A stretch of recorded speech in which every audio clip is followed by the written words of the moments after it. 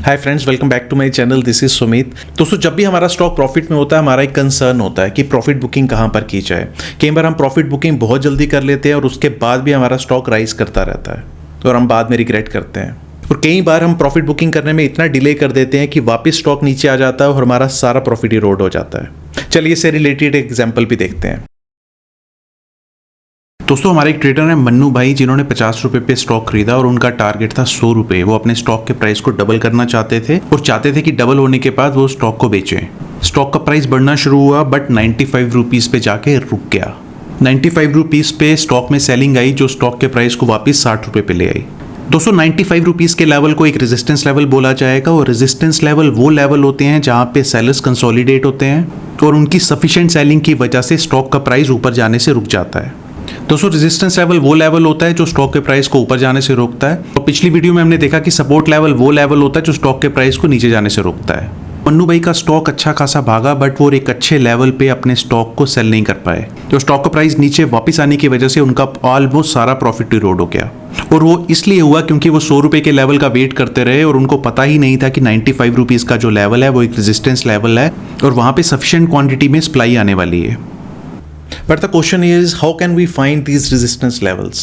We can find these resistance levels by using the tools and techniques of technical analysis. दोस्तों, ये हमारे पास कुछ ऐसी टेक्निक्स हैं जिनसे हम रेजिस्टेंस लेवल्स फाइंड आउट कर सकते हैं, जैसे कि previous highs, moving averages, trend line, gaps, Fibonacci levels, supply zones. इनके बारे में हम डिटेल में बात करेंगे। वो है previous highs and tops. Let's understand कि एक टॉप या हाई हम किसे बोलते हैं। प्राइस सेक्शन को देखिए। पहले स्टॉक का प्राइस ऊपर गया, वहाँ से रिवर्सल आया और फिर स्टॉक का प्राइस नीचे आ गया। तो इस रिवर्सल पॉइंट को हम हाई बोलेंगे, इसको हम टॉप भी बोलते हैं, इसको हम पिवट हाई भी बोलते हैं। ये रिवर्सल पॉइंट, ये टॉप हमें ये बताता है कि यहाँ पर सफिशिएंट सप्लाई अवेलेबल है, सफिशिएंट सेलिंग अवेलेबल है और जब भी प्राइस फ्यूचर में इस लेवल के पास वापस जाएगा, वहाँ पर स्टॉक प्राइस को रेजिस्टेंस मिलेगा, वहाँ पर सेलिंग आएगी जो स्टॉक के प्राइस को नीचे लेके आ सकती है। चलिए चार्ट्स पे चलते हैं और कुछ टॉप्स और हाइज की एग्जांपल्स को देखते हैं।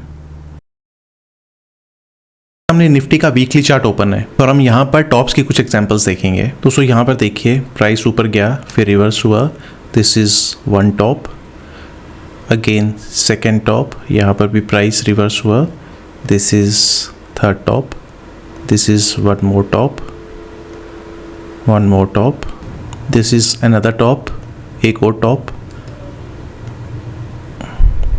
And this is a recent top. तो अपने चार्ट पे आप टॉप्स को बहुत इजीली आइडेंटिफाई कर सकते हैं। आई वुड रिक्वेस्ट कि आप किसी भी स्टॉक के चार्ट को खोलिए और उस पर टॉप्स को आइडेंटिफाई करने की कोशिश कीजिए।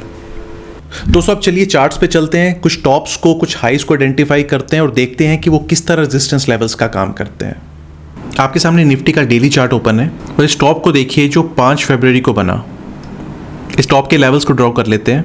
देखिए दोस्तों, स्टॉक का प्राइस नीचे गिरने के बाद वापस ऊपर की तरफ आया। 25 मार्च को इस पुराने टॉप के लेवल के पास पहुंचा। पुराने टॉप की वजह से यहाँ पर रेजिस्टेंस मिला, यहाँ पर सेलिंग आई जो स्टॉक के प्राइस को नीचे तक ले आई। 9% का फॉल निफ्टी में आया। वीकली चार्ट पे हैं और इन दो टॉप्स के लेवल्स ड्रॉ करते हैं।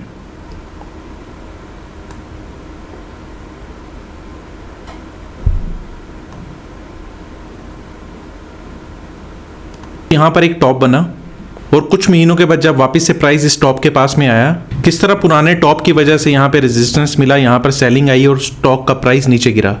अब इस टॉप को देखते हैं। फ्यूचर में जब स्टॉक का प्राइस इस टॉप के पास वापस आया, इस टॉप की वजह से यहाँ पे रेजिस्टेंस मिला और सेलिंग आई। बहुत अच्छी दो एग्जांपल्स है जिससे हमें ये पता चला कि किस तरह से प्रीवियस टॉप्स की वजह से स्टॉक प्राइस को रेजिस्टेंस मिलता है। अब कुछ और मेजर टॉप्स को देखते हैं। यहाँ पर एक मेजर टॉप को देखिए, यहाँ पर इसका लेवल ड्रॉ करते हैं।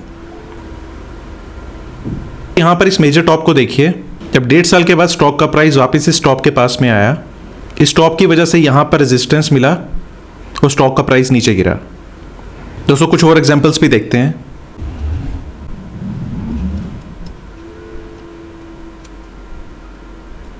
तो 2008 के रिसेशन के पहले बने इस टॉप को देखिए। इस टॉप का लेवल मार्क कर लेते हैं। जनवरी 2008 में एक मेजर टॉप बना।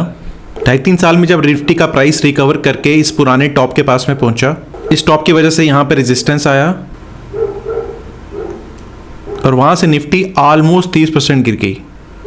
इतना ही नहीं, निफ्टी जब दोबारा इस टॉप के लेवल के पास पहुंची अराउंड 3 साल के बाद में, दोबारा इसे यहाँ पर रेजिस्टेंस मिला और यहाँ सेलिंग होने की वजह से निफ्टी दोबारा गिरी।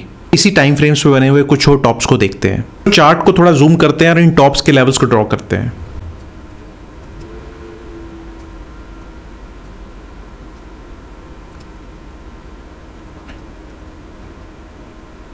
इस टॉप को देखिए किस तरह इस वजह से यहाँ पे रेजिस्टेंस आया और निफ्टी यहाँ पे फॉल की। दोबारा कुछ महीनों के बाद में दोबारा यहाँ पे रेजिस्टेंस आया और दोबारा से निफ्टी गिरी। इस टॉप को देखिए, जब 1 साल के बाद प्राइस यहाँ पर दोबारा इस टॉप के पास में पहुँचा, किस तरह से निफ्टी गिरी। अगेन यहाँ पे रेजिस्टेंस आया, दोबारा से निफ्टी गिरी। इस टॉप को देखिए, कुछ महीनों के बाद जब निफ्टी रिकवर करके दोबारा इस टॉप के पास पहुँची, दोबारा से निफ्टी को यहाँ रेजिस्टेंस मिला और निफ्टी गिरी। काफ़ी सारी एग्जांपल्स यहाँ पर हमने निफ्टी के वीकली चार्ट पे देखा है, जिसमें हमने ये देखा है कि प्रीवियस टॉप्स और हाइस की वजह से किस तरह से फ्यूचर में निफ्टी को रेजिस्टेंस मिला और निफ्टी में फॉल आया। Now you need to do one thing, अपने किसी भी फेवरेट स्टॉक के चार्ट को ओपन कीजिए, पुराने टॉप्स और हाइस को आइडेंटिफाई कीजिए, उनके लेवल्स ड्रॉ कीजिए और देखिए कि फ्यूचर में जब प्राइस दोबारा उन लेवल्स के पास में आता है, क्या वहाँ पे रेजिस्टेंस मिलता है या नहीं। दोस्तों, सारे प्रीवियस टॉप्स एक जैसा रेजिस्टेंस प्रोवाइड नहीं करते। जैसे जैसे आप चीज़ों को लर्न करते जाएंगे, आपको ये समझ में आता जाएगा कि कौन से टॉप्स को इंपॉर्टेंस देना है और कौन से टॉप्स को थोड़ा सा इग्नोर करना है। दोस्तों, इस वीडियो को खत्म करने से पहले मैं आपको एक चीज़ बता दूं, as a beginner you need to understand that कि सपोर्ट और रेजिस्टेंस की जर्नी को हमने सिर्फ यहाँ पर शुरू किया है। There are lot of aspects of support and resistance that we need to learn as a beginner, और उन सारे एस्पेक्ट्स को एक एक करके हम अपनी वीडियोस में डिस्कस करेंगे। दोस्तों, अगर आपको ये वीडियो अच्छा लगा हो, please don't forget to like this video, please share this video with your friends and please do subscribe my channel. Thank you.